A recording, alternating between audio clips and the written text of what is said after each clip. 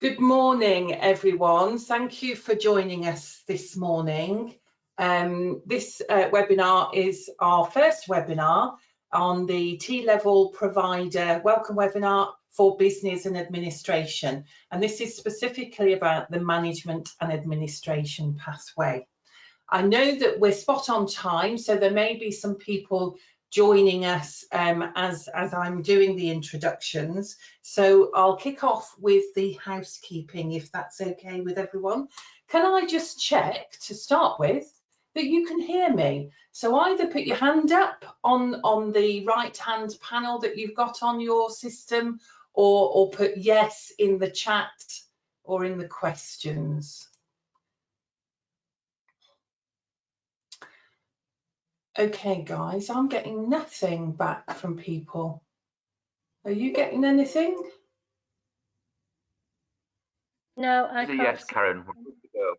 Only yes. The question, yeah, there's lots of yeses in the questions. Fantastic. Ah, lovely. Okay, smashing. Okay, that's always a help that you can hear me. So excellent news. So we've got about an hour today, and we won't drag it out. If there's no more questions after about 40 minutes, then we'll give you 20 minutes of your day back. But we've allocated an hour today. You're all on mute because there's quite a few of you on the call today. But you can interact with us by asking a question on the question panel that's on the right-hand side of your screen. And when we get to the end of the webinar, we've got some time for questions, and we'll do our very best to answer all of those for you.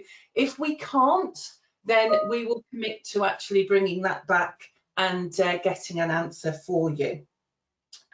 We'll be recording this webinar and sending the slides and the recording back to you, so that you've got a record of this. And as I said, we'll pause for questions at the end. So that's the end of the housekeeping. So we'll sort of move into the main webinar. So my name is Karen Egan, and I'm one of the technical advisors here at City and Guilds and ILM. So the purpose of this webinar is to introduce you to this T-level and share with you the process of developing the technical qualification within the T-level. We'll introduce you to the team, the technical advisors. There's 3 of us that are supporting this pathway. And our main role is to engage with you throughout this journey and to provide you with ongoing support, keep you up to date on any questions or queries that you may have, and to inform you as we progress through this development. But also we need to engage with you to gain your input as we develop this technical qualification. And one of my colleagues, Stephen, will talk with you about how that journey will progress as we move through this webinar. And we support you right the way through in preparing you to move into that delivery phase as well. So so you've got myself here, you've got our lovely pictures when before lockdown, when we brushed our hair every morning. So myself, Karen Egan, now and Jill Hanson, we're specifically around leadership and management.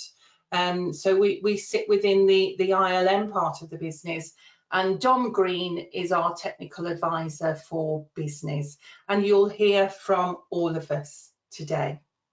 So welcome, and I'm now going to hand you over to my colleague Anita, who will introduce herself and take you through some slides. Thank you, Karen, and good morning, everybody. As Karen said, my name is Anita Crossland, and I work for City and Guilds and look after the communications, marketing, employer provider engagement as part of this T-level and the TQ development. So the next couple of slides is really just to give you a reminder or an overview of why we're here, and sort of to take you through what's been happening on a policy level for the last few years. As you may remember, the Lord Sainsbury's completed a report several years ago for government and made some clear recommendations. Those recommendations really started to create the vision of what the future for technical education would look like. One of his key findings was that it was so important to have not only employers but providers as part of the design and delivery of any qualification in the future. We needed to ensure that the qualifications were fit for purpose, but actually prepared a young person for the world of work. So the future really looks like sort of three key types of qualifications. At the age of 16, once a young person has completed their GCSEs, obviously they have to make some decisions, and that may be into A levels and to continue an academic route. It may be onto an apprenticeship to complete sort of on-the-job training, or it may be to go to a local college, sixth form, or stay on at school to create and to develop some skills, and the mode of delivery is through a T level. So again, it's really important that we understand the vision of government, but also what the future will look like. Karen, can we move on to the next slide, please? Okay, so just a reminder of what a T level is. I think it's important to just to sort of confirm again that a T level is a program of study which actually spans 2 years. Within that T level program, there is several components that a learner has to complete. So this diagram sort of shows, I think, quite clearly, surrounded in the black line, within that sort of black box is the actual TQ or technical qualification, and the remit of City and Guilds is to develop that qualification for management and administration.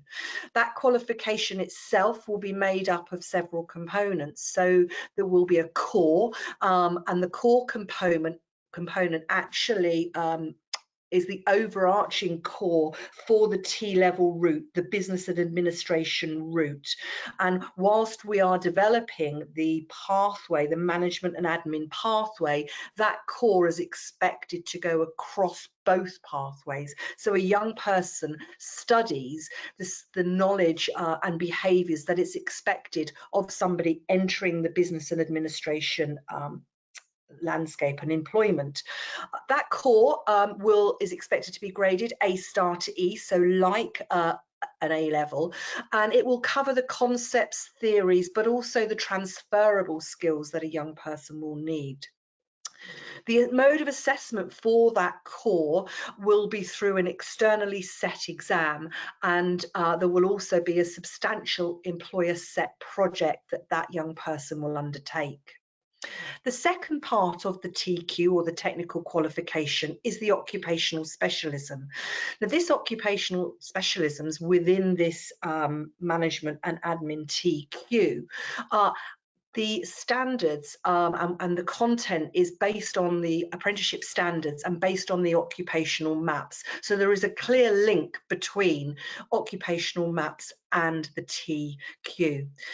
This occupational specialisms will be based, as I said, on grades of pass, merit and distinction, and it is expected that no less than 50% of the total qualification time will be spent on the occupational specialisms. The mode of assessment of this component of the TQ will be through a synoptic practical assignment. So that TQ sits at the heart of the T-level programme. As I said earlier, the T-level programme is a 2-year programme, and it will have UCAS points attached to it, and it will be an equivalent of 3 A-levels.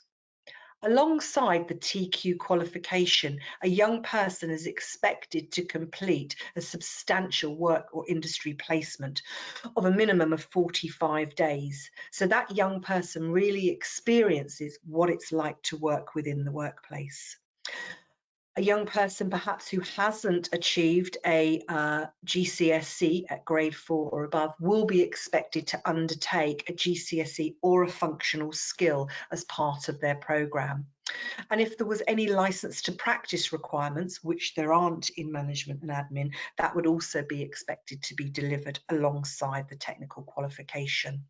And as always, when delivering a full-time programme of study, there would be an expected enrichment and tutorial time. So as I said, the T-level programme is not just a qualification, it's much wider than that, and it's to ensure that that young person has the skills and knowledge and also some experience of industry placement before they progress on to the next step.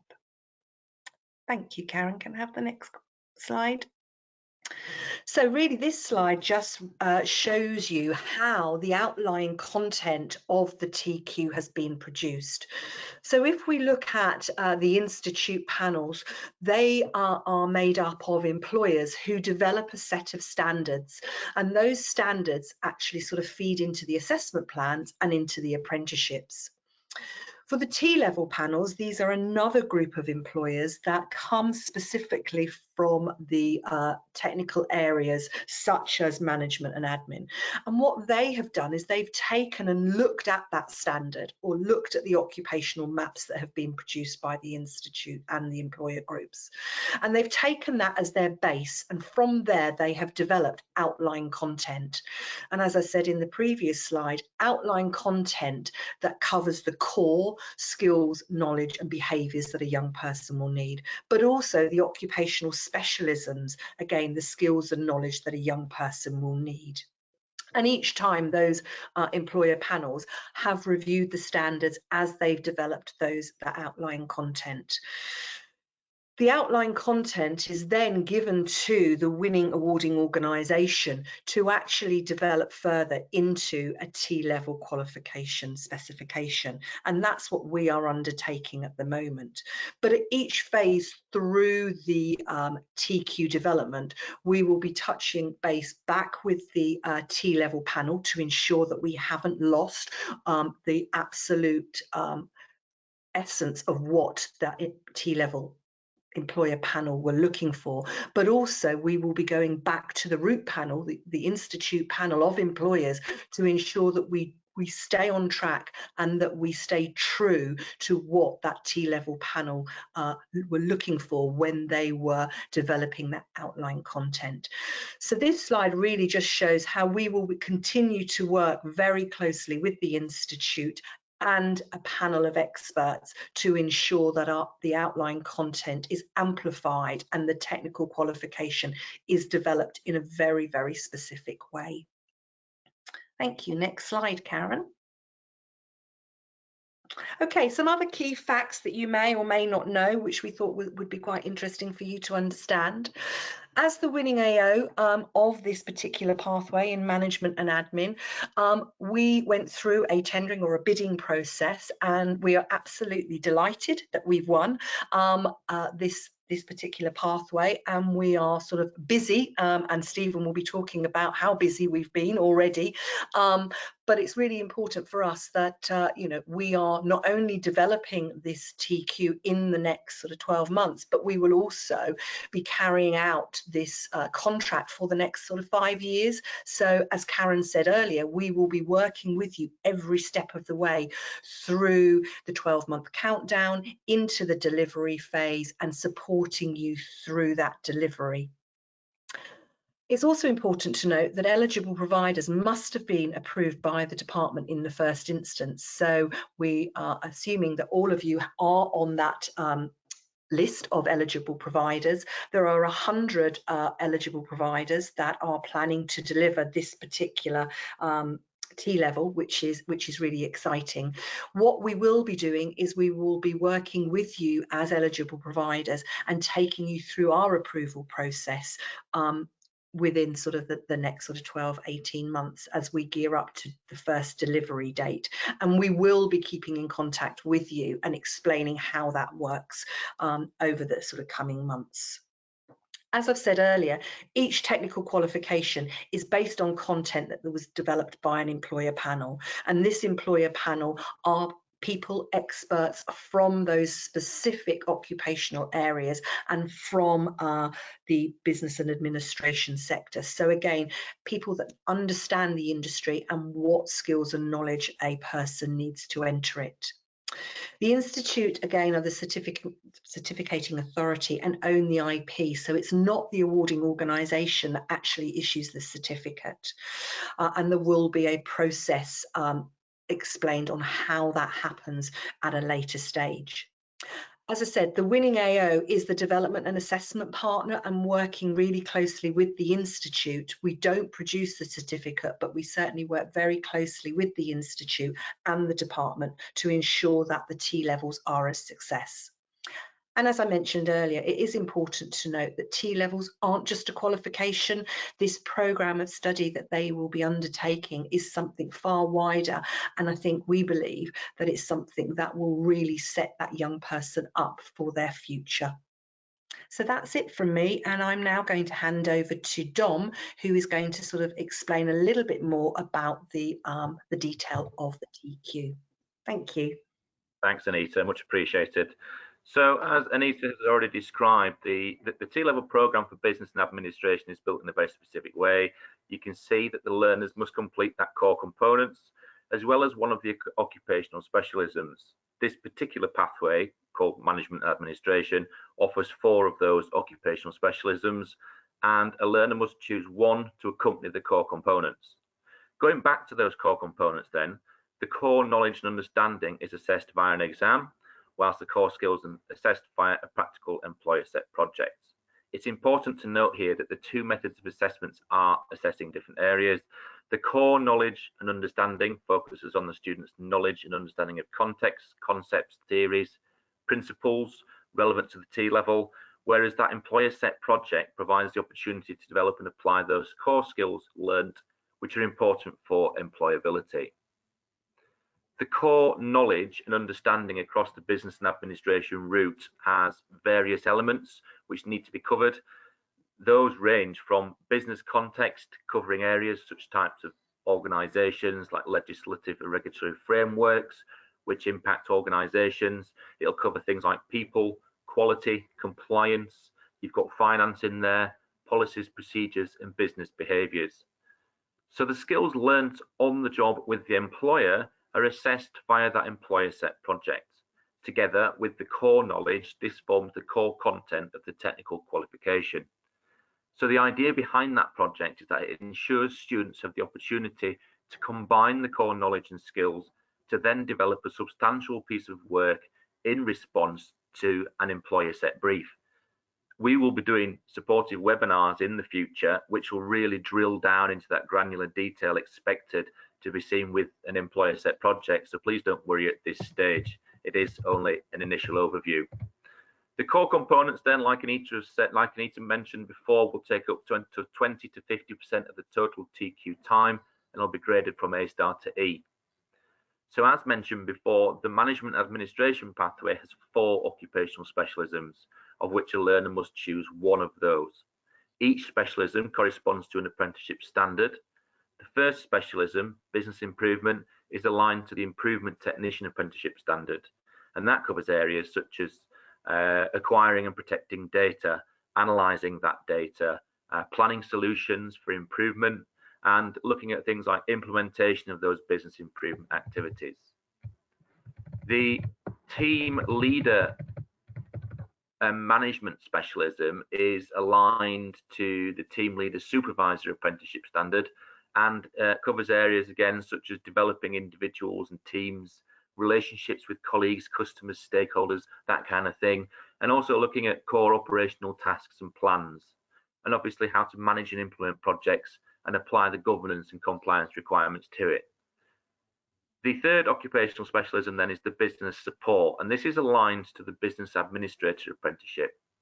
It looks at areas such as supporting the running of an organisation, workloads and processes, improvements to business practice, internal and external stakeholder relationships, and how to manage the business information flow. Finally, the information management specialism, which is aligned to the Library and Information Archive Service Assistant standard. This specialism specifically looks at information needs of an organisation. So how to organise and manage the access and display of resources. It looks at how to promote and enable the use of info and archive resources. Select suitable information and physical resources following user requests, for instance. And finally, accuracy and validity of that information which is held. So, as Anita said previously, the grading of those occupational specialisms is pass, merit and distinction. Just to reiterate here then that the learner must only complete one of these specialisms along with the core components. Essentially, these transferable skills will create a well-rounded young person who has then got the skills and knowledge desired by an employer to take that next step on their journey. I'm now going to pass over to Stephen, who's one of our lead development managers at City and Guilds. Thanks, Stephen. Thanks, Dom. Good morning, everyone. My name's Stephen Patmore. I'm a lead development manager here at City and Guilds, and my team's responsibility is to actually manage the development of the technical qualification. So I'm just going to run through a bit of a high-level overview of the process that we're going to take in terms of that development. So just to open that, just wanted to kind of give some kind of sort of overarching principles to the design and development of the technical qualification, and some of the kind of key points that kind of actually will kind of remain sort of like as key focuses throughout the development of the TQ. So as probably kind of is kind of come across already in this presentation, there is kind of a key focus on employers, and actually kind of keeping the employer at the heart of the technical qualification will be kind of a key principle that we will hold throughout the development process, whilst also kind of focused on kind of the needs of employers and actually kind of what the landscape wants to look like. We also have consideration of kind of our learners and kind of actually the learner kind of that we know will be taking the technical qualification, and therefore kind of sort of developing something that is actually applicable to those learners. So consideration of the average learner, but also consideration of learners with special educational needs, and therefore ensuring the accessibility of the TQ to all learners who wish to take it. We also talk about kind of this concept of constructive alignment, which will ensure that kind of all parts of the student journey are aligned, so kind of that the learning outcomes are reflected through the assessments, and that the delivery also kind of all links together. And if I could have the next slide, please, Karen. And just to give a kind of overview of the development, so we see this being an extended development, and the development has a quite robust and extended approval process. So the dates that kind of we pulled up on this slide show the different milestone stages that we have for submitting parts of the technical qualification and its assessments to the institute. The development will go through kind of a very, as I said, very robust process of being reviewed by the institute, by Ofqual. And these dates kind of sit there to kind of ensure that kind of actually the development kind of continues and progresses in the way that it should.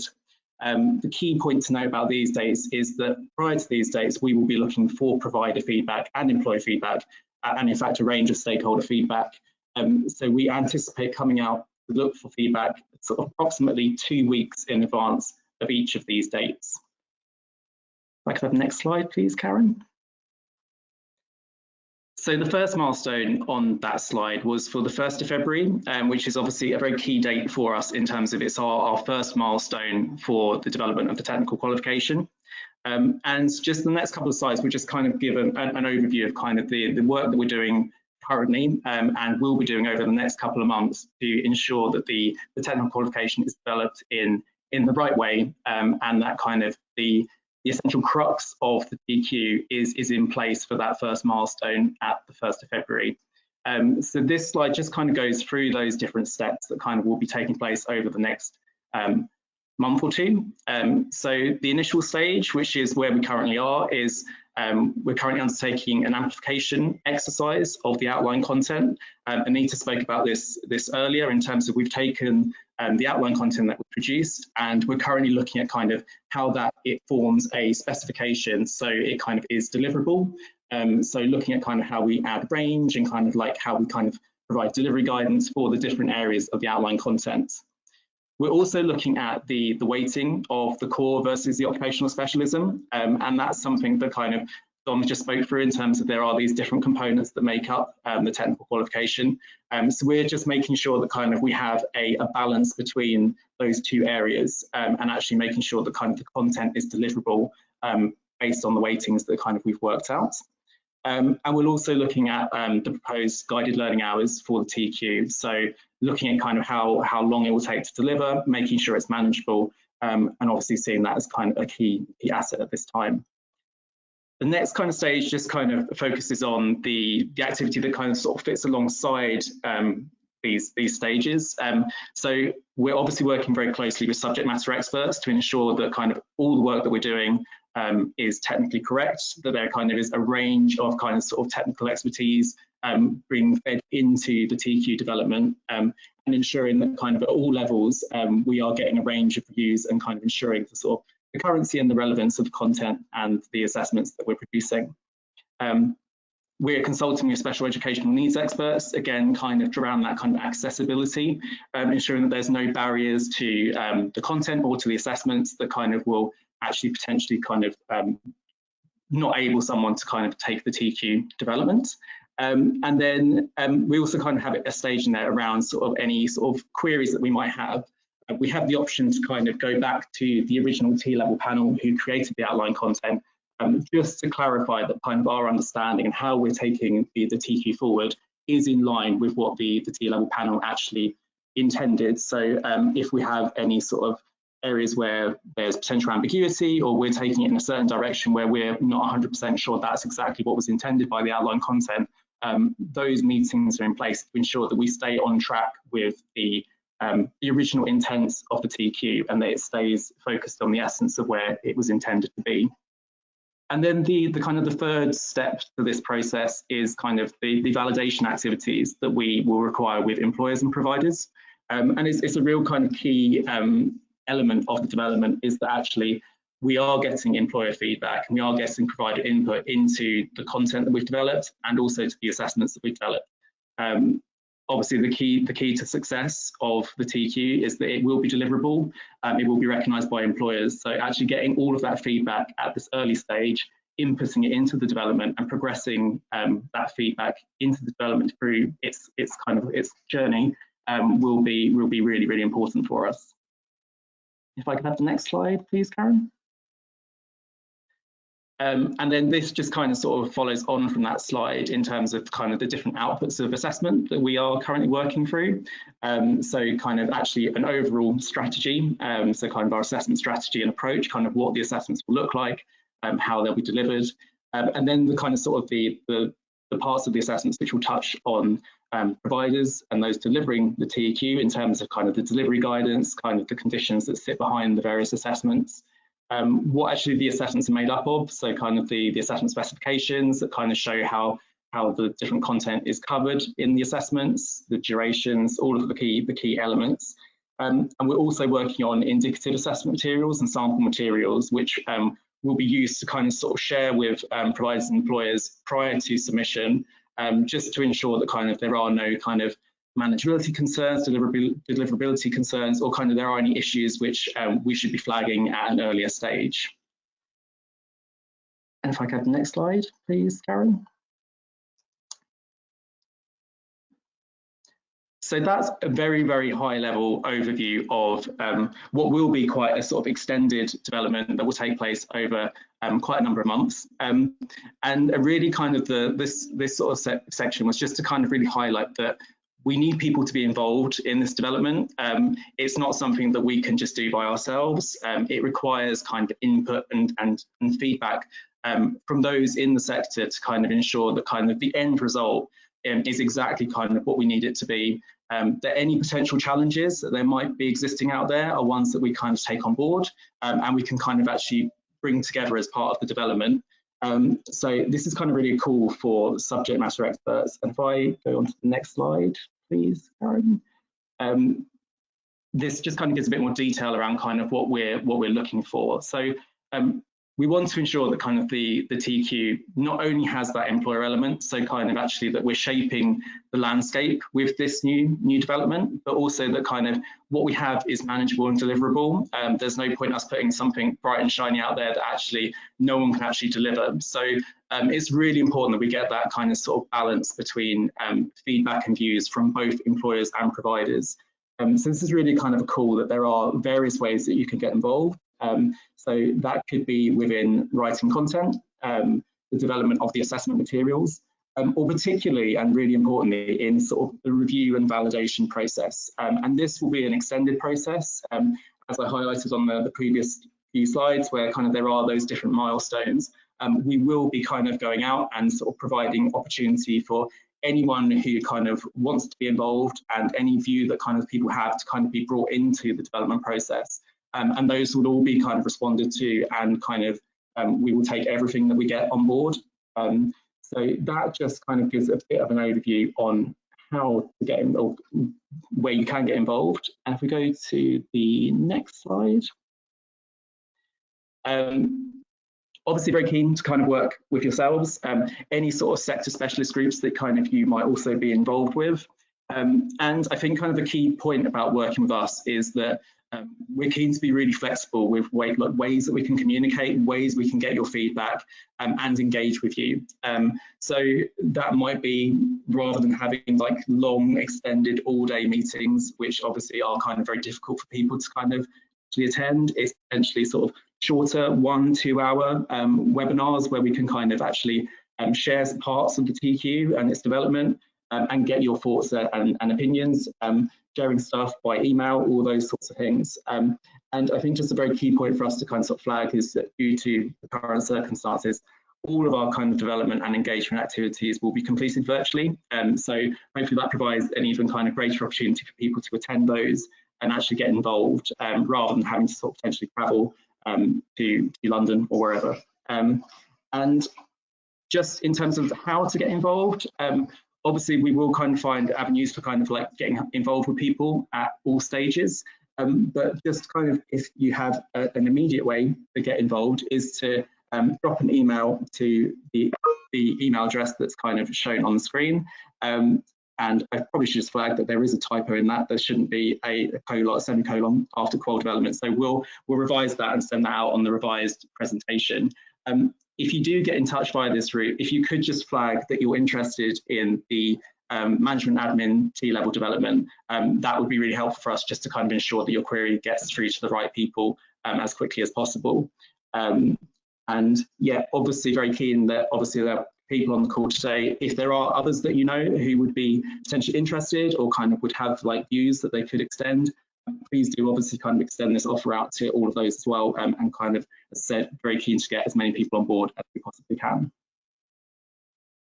And I believe that's my last slide. So I will pass over to Jill, who will just talk you through how to access some of the support and guidance that we have. Yes, hi, good morning everyone. My name's Jill Hanson and I'm the third of the team of technical advisors who will be supporting you through this process. So we want to support you right the way from now through to delivery in September 22. So we're going to do that in a number of different ways, hopefully. We've got a dedicated new page on the website for T-levels, which has got the information about what T-levels are and what's happening at the moment. And you can access that through the email address, through the website address at the bottom, or through the ILM website. There is a link there which will take you to that as well. So on there, you'll see the timelines, you know, what's going to happen when, and the milestones all the way through from now until delivery. Obviously, this is our first webinar for providers, but there will be many more. So please do look out for those so that we can keep you up to date through the webinars. And in addition to that, we'll also be having focus groups along the way. And we would really appreciate your input at particular points in the development. And that's when we'll set up the focus groups so that we can get that input from you. We will also have separate employer industry boards, and that one's already been set up. separately, but it would be really great if you could help us to identify employers from your networks, people that you work with, small and large. We want, you know, a really good cross-section of employer representation. Just point them in our direction, get them to contact us, and hopefully join our employer industry boards. Please do sign up through the website for our updates. There will be e-bulletins regularly, and also we will want to share obviously the draft specification as it goes through the process, and we progress with it. So please do keep having a look at that.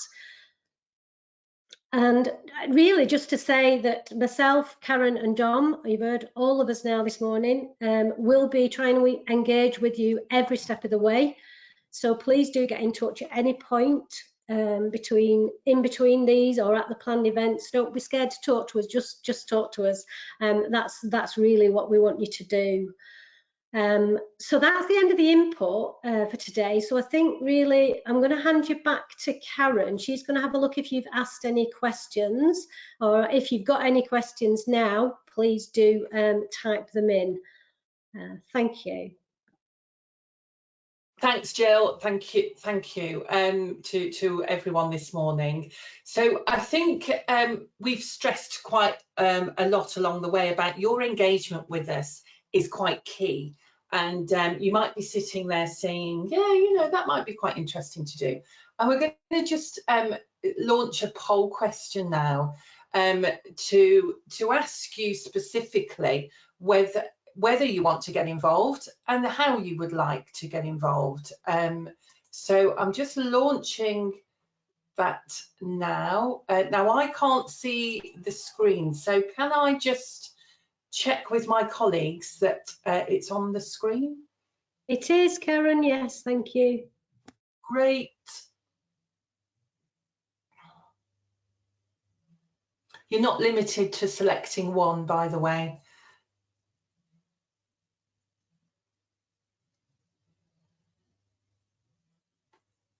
It's still wiggling around, so I'll give it a couple more seconds.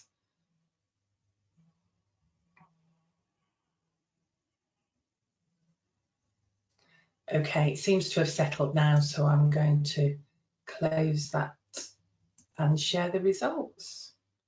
So just can I check with my colleagues, is that now on the screen? It is, yeah.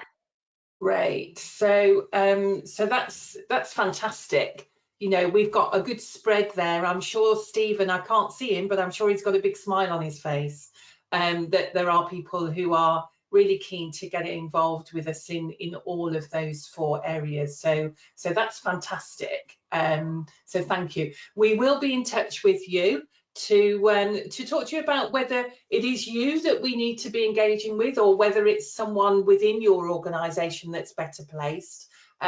So that's brilliant. So thank you for that.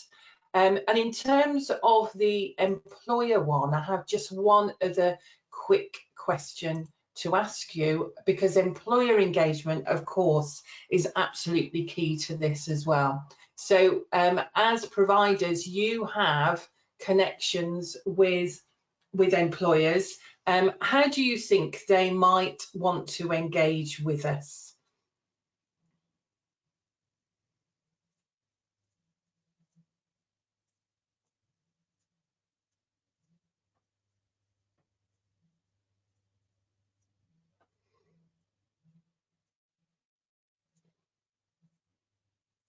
Okay, we've got 60% of you have voted so far.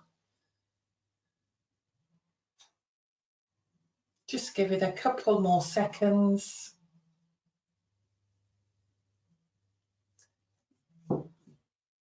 That seems to have settled now, so I'm going to close it and share it with you. So a good spread there, and obviously, you know we're very early in the process here, so some more information would be needed for you to go out to those employers, and we'll be happy to share that with you as well. But yeah, breakfast meetings, definitely early meetings before the day really cracks on. So that's fantastic. So thank you for that.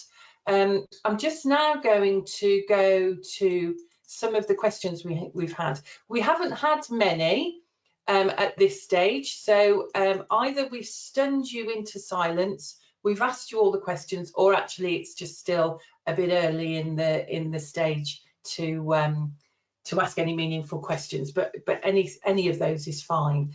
So we have a question from Ellen around the employer project.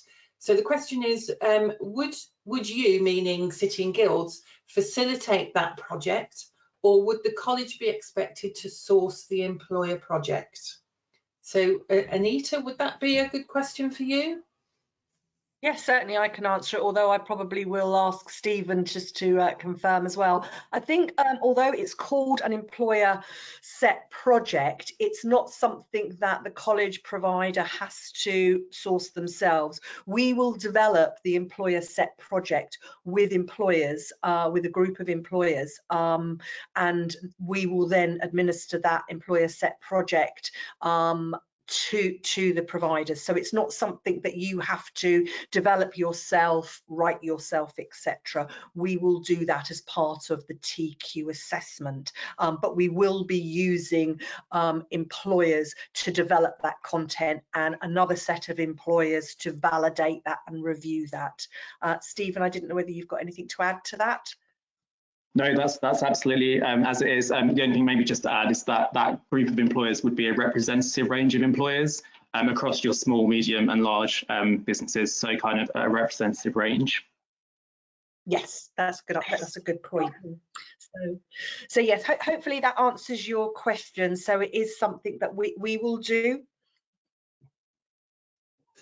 Thanks both. Ellen, hopefully that answers your question. We have another one from Carol.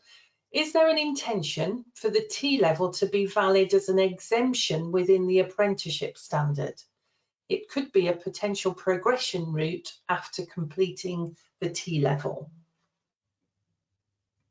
I can answer this one. I can answer this one. So progression, obviously, it is always something that is on our minds. Obviously, where can a young person or any student go after the T-level? The intention of a T-level is to provide that sort of next, a 2-year robust program that gives that learner the skills and knowledge they need to progress. What that progression looks like, I think, depends on the individual student. It could be into the higher level technical education, whether that be a higher level apprenticeship, whether that be to higher level further study, or it could be straight into employment itself. So I think as the content is amplified and as the qualification is developed and we look at the skills and knowledge that builds within the TQ qualification development, I think we will be in a better position to be able to support where the opportunities are for that young person to go. So we will be creating marketing materials, we will be creating sort of mapping documents, progression ladders as it were. So we will be working obviously with providers and employers and the institute and the department to ensure that we've got that right. So hopefully that answers your question. Yes, thanks Anita. So moving along to our next question from Alan. The question is there a role for the professional engineering institutions? I mean, we have won the T-level for 3 pathways with engineering. Anita, I don't know if you want to pick that up because you've had some involvement across all of them. Yeah, certainly. I mean, if the delegate, sorry, I can't remember their name. Alan. So Alan, if it's that you want to be involved or you would like to sort of link into the engineering TQ development, then we can certainly pick that up with you directly. Or is it that you're thinking that engineering professional association may have something to contribute to the management and admin pathway? Then again, that is possible. I mean, I think what we would be looking for is obviously employer stakeholder engagement to be, you know, broad as well as specific. So probably just need to understand that a little bit more, but certainly we will be looking at involving professional associations and their network of memberships to be involved in the validation review, etc. So maybe you can give us a bit more information about that and you know, email us, and then we can sort of pick that up with you separately. Yeah, and obviously we've got technical advisors and a whole team that are replicated for the engineering T-levels, so we can put you in touch with the right people there. So thanks, Alan. We've got a question from Christopher. Is the T-level only a level 3 standard for learners? Or is it offered at other levels, I guess is the question. It is, I mean, it is equivalent to 3A level, so it is aimed specifically at the level 3.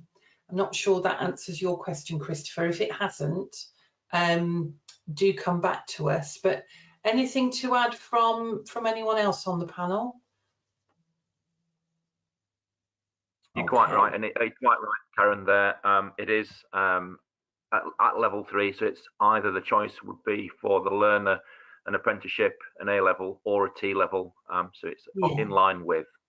Yeah. Okay. Thanks for clarifying that, Dom. So we've got a question. Sorry, another one's just come in. So it's so another one from Carol. Is there an intention for the T-level to be valid as an oh no, sorry. My screen has just whizzed up and down and it's given me a whole question. Okay, sorry about that. If a learner, this is from Ellen, if a learner couldn't finish the full 2 years, would they be able to achieve part of the qualification after the first year?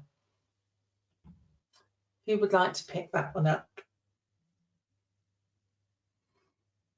I can pick it up, Karen.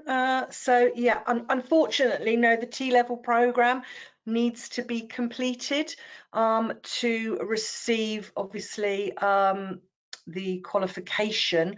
I mean, as any qualification, I'm sure prior learning, you know, if that young person moves on to an apprenticeship, etc., there may be an opportunity to support any prior learning, but certainly no assessment outcomes could be sort of carried over, and there wouldn't be sort of partial sort of achievement through the T-level.